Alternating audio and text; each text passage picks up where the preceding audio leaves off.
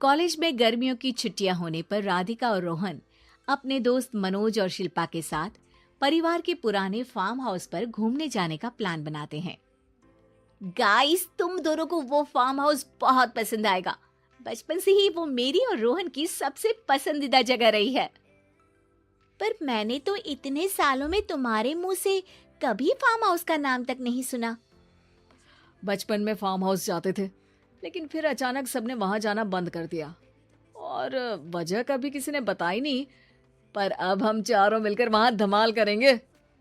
इसी तरह बातें करते कुछ घंटों का सफर तय कर चारों शहर से दूर ऊंची पहाड़ी पर बने राधिका और रोहन के फैमिली फार्म हाउस पर पहुंच जाते हैं। वाह यार, ये तो बड़ा ही सुंदर है। पूरा घूमोगे तो और अच्छा लगेगा, लेकिन उससे पहले सब फ्रेशन अप हो जाओ, फिर साइट सीइंग के लिए जाएंगे। राधिका और रोहन अपने अपने कमरे में चले जाते हैं, लेकिन मनोज और शिल्पा घर में घूमने लगते हैं, जहां शिल्पा की टक्कर हॉल के बीचों बीच रखी एक पुरानी लकड़ी की कुर्सी से होती है।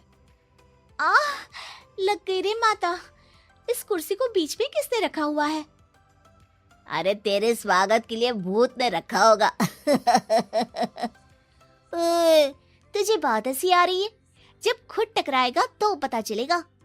हाँ ठीक है, पर अभी तो इसे साइड में रख दे। शिल्पा कुर्सी को एक कोने में रख देती है और वो दोनों भी अपने कमरे में चले जाते हैं, जिसकी थोड़ी देर बाद चारों बाहर घूमने निकल जाते हैं। इसी तरह रात हो जाती है। फार्म हाउस में वापस आकर वे लोग सीधा सोने चले जाते हैं। आधी रात को मनोज की नींद खुलती है। बड़ी तेज प्यास लगी है, पानी साथ लेकर सोना चाहिए था। हाँ, अब रसोई तक जाना पड़ेगा। मनोज आंखें मलते हुए कमरे से हॉल में आता है और अचानक रास्ते में रखी कुर्सी से टकराकर जमीन पर गिर जाता है। अरे मर गया रे दादा।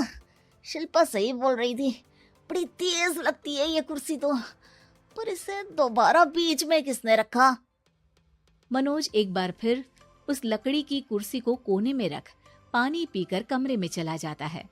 अगली सुबह जैसे ही चारों की नींद खुलती है तो उन्हें अपने बेड के पास साइड टेबल पर चाय का कप रखा मिलता है, जिसे देख वो खुशी खुशी चाय पीकर तैयार होकर कुछ देर बाद हॉल में मिलते हैं। थैंक यू यार राधिका, मुझे नहीं पता था कि तू इतनी अच्छी चाय बनाती है। वैसे मुझे उस बेड टी की बहुत जरूरत थी। ये और चाय, अरे इसे तो पानी तक उबालना नहीं आता। मतलब तूने हमारे लिए चाय बनाई क्या दोस्त? अरे चल पागल है क्या, इतना भी प्यार नहीं है मुझे कि तुम्हारे लिए बेड टी बनाऊं। चाय पर ये चर्चा करते हुए मनोज जैसे ही पीछे मुड़ता है तो एक बार फिर लकड़ी की पुरानी कुर्सी से टकराकर उस पर गिर जाता है। हाय रब्बा, अरे चाय छोड़ो, पहले ये बताओ कि इसे बार बार बीच में कौन रखता है? कल रात ही मैंने इसे साइड किया था। तुम पहले ये बताओ कि चाय किसने बनाई थी?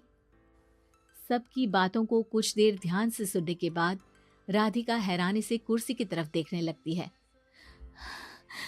भूत दीदी। राधिका की बात सुन आपस में झगड़ रहे सारे दोस्त शांत हो जाते हैं। ये क्या बोला अभी तूने? अरे पर अब वो यहाँ कैसे हो सकती हैं? क्यों नहीं हो सकती?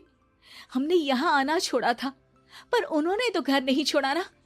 और याद करो, ऐसे बेड के पास कप रखना और कुर्सी को कमरे के बीच में रखना, ये सब वही तो करती थी। ये तुम दोनों किसकी बात कर रहे हो? अरे जो भी हो, कुछ अच्छा तो बिल्कुल नहीं लगता। अब देखो, डरने की कोई जरूरत नहीं है। वो सालों से इस घर में रहने वाली भूत दीदी है। वो बचपन से ही हमारे यहाँ आने पर एक बड़ी बहन की तरह हम दोनों का ख्याल रखती हैं। ओए, पगला गया है क्या? शिल्पा, मुझे यहाँ नहीं रहना, तू भी मेरे साथ ही चल। ये दोनों तो पागल हो गए हैं। जहां मनोज डर से वापस जाने की बात कर रहा होता है, वहीं शिल्पा अपने फोन में बिजी होती है। क्या तुम्हें यहाँ की सिचुएशन समझ में नहीं आ रही जो फोन में लगी हो? जिसे जो करना है करो, मैं तो जा रहा हूँ।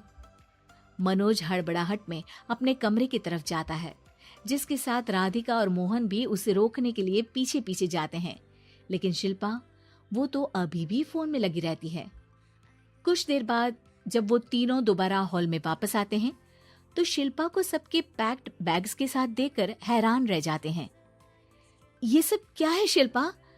यहाँ हम इसे समझा रहे हैं और तुम हमारे बैग्स भी पैक कर कर लेकर आई। अरे आखिर में फोन से बाहर निकलकर कुछ किया तो सही इसने। दोस्तों देखो, कल से हम यहाँ हैं। भूत दीदी ने कुछ किया नहीं ना?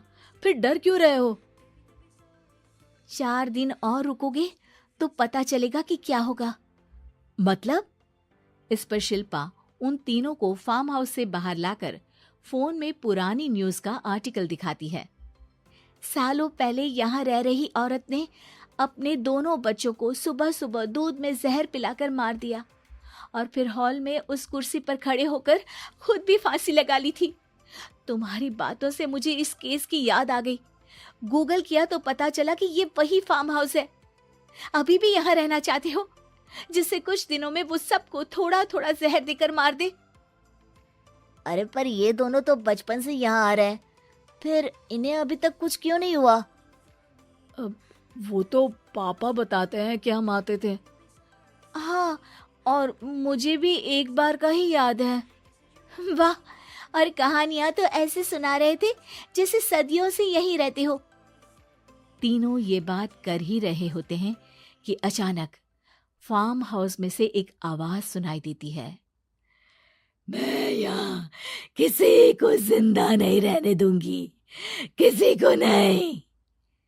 बस ये सुनने की देर ही होती है कि चारों डर से कांपते हुए तुरंत कार में बैठकर वहां से भाग जाते हैं।